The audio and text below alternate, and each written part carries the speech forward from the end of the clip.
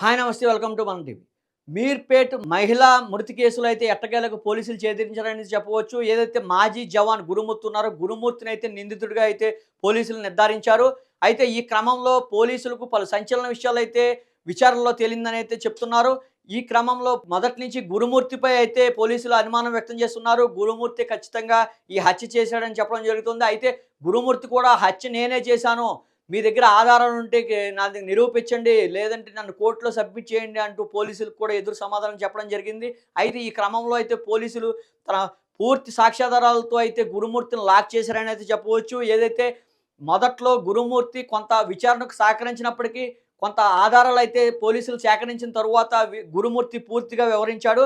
గురుమూర్తి ఏదైతే తన భార్య వెంకటమాధవి ఉందో భార్యను తరచూ గొడవలు పడేవాడు. ఏదైతే గొడవలు పడిన క్రమంలో భార్యపై దాడి చేయడం జరిగింది. దాడి చేయడంతో ఒక్క దెబ్బగా అపస్మారక స్థితిలోకి వెళ్ళింది వెంకటమాధవి. ఈ క్రమంలోనే గురుమూర్తి దిండుతో మొహాన్ని నొక్కి అయితే మాధవిని అయితే హత్య చేసినట్లుగా ఒప్పుకున్నట్లుగా పోలీసులు నిర్ధారించారు. అయితే ఈ క్రమంలో మొదటి నుంచి కూడా చూస్తుంటే పోలీసులు గురుమూర్తిపై అయితే పలు అనుమానం వ్యక్తం చేశారు. అదేవిధంగా ఆ దిశగానే దర్యాప్తు చేశారు. అయితే సంచలన విషయాలు అయితే వెలువడ్డాయని చెప్పుకోవచ్చు. సుధీర్ బాబు ఏదైతే చెప్పారో పలు కొత్త టెక్నాలజీ ఉపయోగించి అయితే ఈ కేసును ఛేదిస్తున్నామన్నట్లుగా సమాచారం ఇవ్వడం జరిగింది. ఈ క్రమంలోనే బ్లూరేస్ టెక్నాలజీ అయితే ఉపయోగించారు.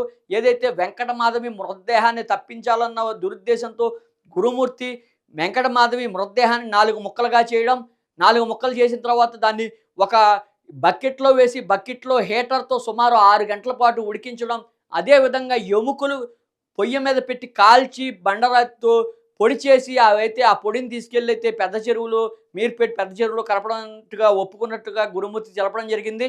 ఈ క్రమంలో పోలీసులు అయితే పలు కీలక ఆధారాలు అయితే సేకరించారు. ఏదైతే చెక్క మొద్దు ఉందో చెక్క మొద్దుపై కూడా కంటికి కనబడని బ్లూ రేస్ టెక్నాలజీ ఉపయోగించి కంటికి కనబడని మాంసపు ముక్కలను అయితే పోలీసులు సేకరించారు. అదేవిధంగా పెద్ద చెరువులో కొంత భాగాన్ని అయితే వెంకటమాధవి మృతదేహాన్ని కూడా పోలీసులు సేకరించినట్లుగా అయితే సమాచారం అందుతోంది. ఈ క్రమంలో ఏదైతే పోలీసులు మొదటి నుంచి కూడా గురుమూర్తిపై అనుమానం వ్యక్తం చేస్తున్నారు. ఎందుకంటే గురుమూర్తి ఏదైతే కంప్లైంట్ ఇచ్చాడో 16వ తారీఖున తన భార్య తనపై అలిగి వెళ్ళిపోయింది, తనతో గొడవపడి వెళ్ళిపోయింది అంటూ గురుమూర్తి నేరుగా వెళ్ళి పోలీసులు కంప్లైంట్ ఇవ్వడం, ఈ క్రమంలో పలు సీసీ ఫుటేజీలు సేకరించడం, సీసీ ఫుటేజీల్లో ఏదైతే వెంకటమాధవి బయటకు వచ్చినట్టుగా ఎక్కడ ఆనమాళ్లు కనబడకపోవడం, ఎక్కడా కూడా వీడియోలో ఎక్కడా కూడా ఫుటేజ్ దొరకకపోవడంతో గురుమూర్తిపై అయితే కూడా పోలీసులు మొదటి నుంచి కూడా అనుమానం వ్యక్తం చేస్తున్నారు. గురుమూర్తే ఖచ్చితంగా ఈ హత్యకు చేసి ఉంటాడని కూడా పోలీసులు మొదటి నుంచి కూడా నమ్మే పరిస్థితి అయితే ఉంది. ఈ క్రమంలోనే పోలీసులు కూడా సవాల్ చేయడం జరిగింది.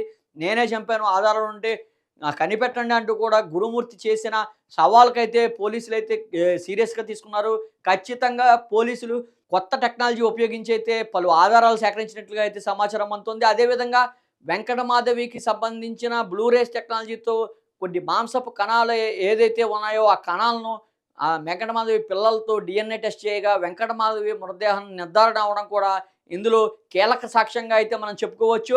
ఈ క్రమంలో గురుమూర్తి మొదటి నుంచి కూడా తన భార్యను చంపడానికి గల కారణం ఏంటనేది, మోటివ్ ఏంటనేది కనుక చూస్తే ఖచ్చితంగా మొదటి నుంచి గురుమూర్తికి అక్రమ సంబంధం ఉంది. ఈ క్రమంలోనే తన భార్యను తప్పుగా చూపించాలి, తన భార్యపై కూడా పలు నిందలు వేయడం జరిగింది. తన భార్య అక్రమ సంబంధాలు ఉన్నాయని, అందుకే తను తరచూ గొడవపడినట్టుగా చుట్టుపక్కల వారిని కూడా నమ్మించడం జరిగింది. ఈ క్రమంలోనే గొడవపడి వెళ్ళిపోయినట్టుగా అయితే వెంకటమాధవి బయటకు వెళ్ళిపోయినట్టుగా అయితే గురుమూర్తి సృష్టించాడు.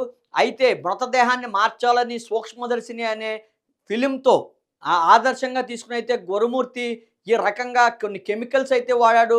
కొన్ని కెమికల్స్ వాడి మృతదేహం వాసన రాకుండా కూడా తలుపులు బార్లా తెరిచి 4-5 ఫ్యాన్లు పెట్టి కొన్ని స్ప్రేలు అయితే కొట్టడం జరిగింది. ఇంట్లో విపరీతంగా వాసన రాకుండా అయితే కంట్రోల్ చేసినట్లుగా అయితే గురుమూర్తి విచారణలో కీలకమైన విషయాలు తెలపడం జరిగింది.